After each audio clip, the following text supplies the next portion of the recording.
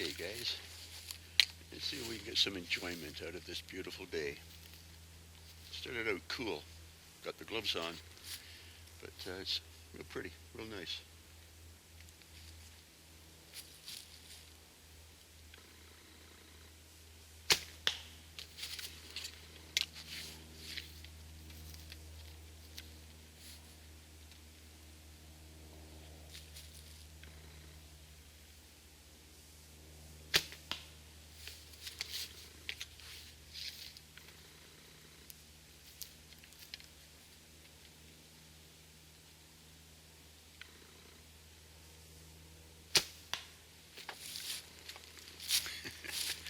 You know, guys, we're out here enjoying the day, and I hope you can enjoy some physics. You see this here? One of my world famous drawings. Well, this is a bow, and this is an arrow, and that's where it's released from. So it goes on an angle like that, and the pressure goes through this little tiny radius. The pressure does not touch the bow and the arrow there, or there, or there, or there. It's exactly on that little circumference, and it operates at 90 degrees. So if you hold your bow vertical, if you don't have perfect spine, you're going to be shooting that way quite a bit. Now, more drawings. Must be Picasso. So this is the same idea. This is at 45 degrees. The angle is like that. And as we raise the bow angle up, the angle goes farther down. Here again, we're at vertical. Now, the reason I'm showing you this is I was holding my bow at exactly 45 degrees, and I'm on the target. When I started to lower my cant a little bit, not flat, but a little bit, I could shoot slightly right, or I noticed that if I raised my angle a little bit, I started shooting more to the left. So the cant does matter. The arrow does go off the bow at 90 degrees, and the cant does matter. And I think if you're going to use a cant and select one, I find that 45 degrees is really a good one. And anyhow, there's a few hits, and let's go on to the next distance and talk some more. Back in a minute. Okay, guys, I'm going to take a couple shots here at 20 yards and enjoy the forest.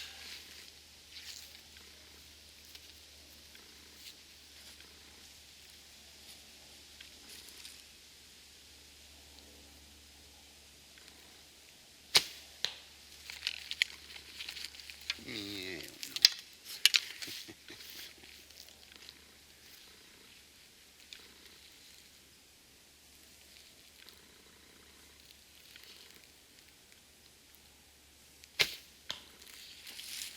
I have to accept that.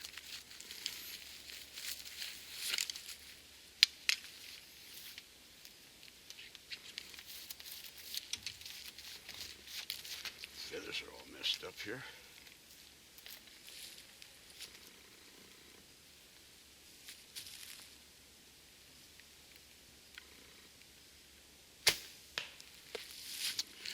That's it. You know, guys, often I'm telling you that I have to aim a little bit to the left with this bow. So, another world-class piece of art. This is the bow. Now, look, this is at 20 yards, and this is really about a foot, okay? So this is my arrow and the bow. Of course, it's only that big when it's out at the end of my arm. So I've made it bigger so that you can understand. But anyhow, let's see, yeah, okay. So this is about a foot. There's my bow, and my arrow will be just slightly to the left of the center. That's what I have to show you. Okay, so that's how I do it. And it's called indirect aiming, just allowing my bow to shoot where it wants to. And where's there? Oh yeah. And so, you know, we got some hits. Okay?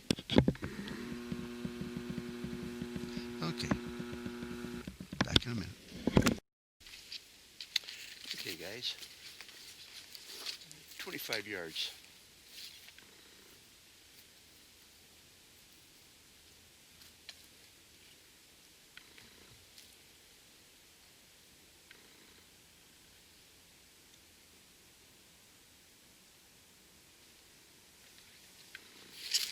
When you do that, just look down.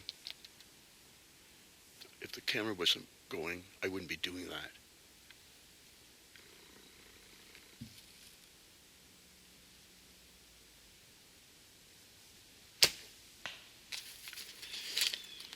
Hit him on the side. No big deal.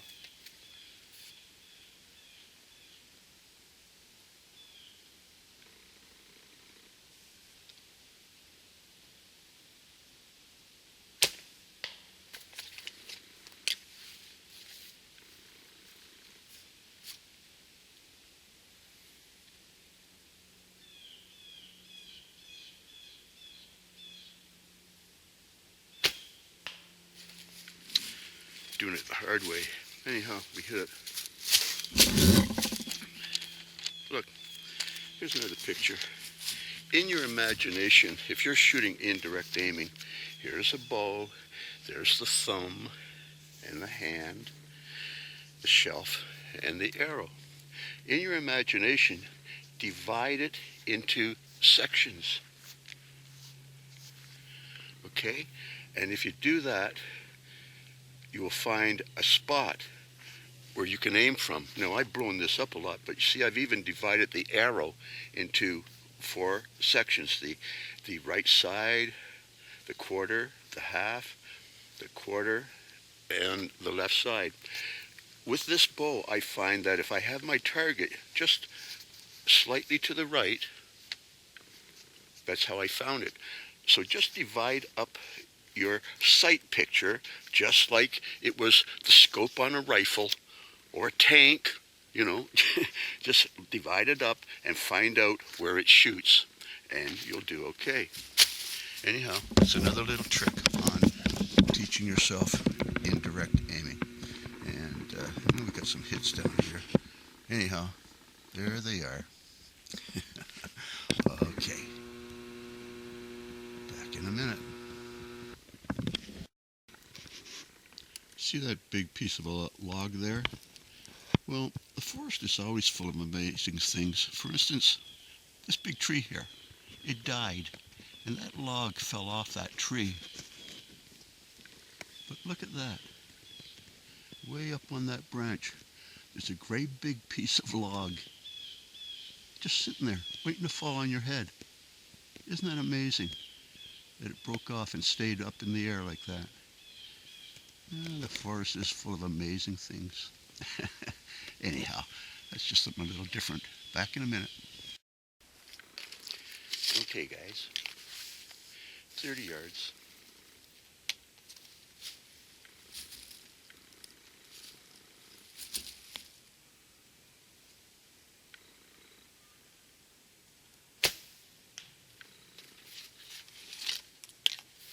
Hit him someplace because I can hear it. I think it's high on his shoulder.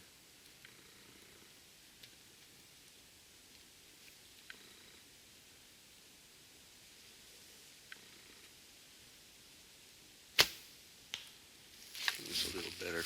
Anyhow, something I wanted to show you. Again, when I'm looking at my bow, now this is my bow, okay? What I'm really seeing is for the elevation, I'm using the height of the arrow. And I found a line that's over here, but I'm not aiming over here. I'm aiming down in that little V. Now, you know, it's only that big when you're looking at it at the end of your arm. This is much bigger. But this is what I'm actually seeing myself. Right in this area here of the little V, so that the arrow is off to the left, I'm shooting pretty good, okay? You may find another spot, but this is the idea and the principle. Divide up your sight picture and get used to it. And what did we do down here anyhow? Yeah, one's a bit higher, one's okay. Anyhow, that's what we're doing. Back in a minute. Okay, guys. It's starting to get pretty dark here.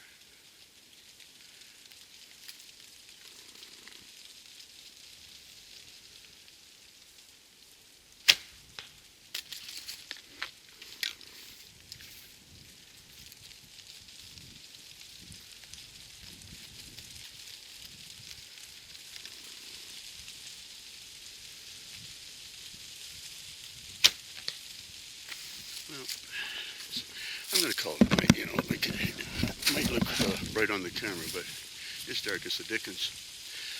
Another thing I'd like to say, you know, when you take up the pressure, take it up with this finger, mainly that finger, not all these, because if you pull with the upper one, you know, you're pulling like that or you're pulling like that. So let the pressure be just on the center, even though the others are there. Okay? Pressure in the center. It's straight.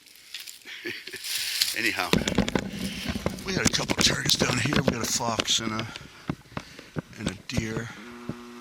And I only took one shot because I can only see one. But let's get back here. Anyhow, I know there's an arrow there someplace. I can't see it with this light. I can see that one blurring in and out. Anyhow, you guys have a good week. Have a good night. I'll talk to you later. Bye now.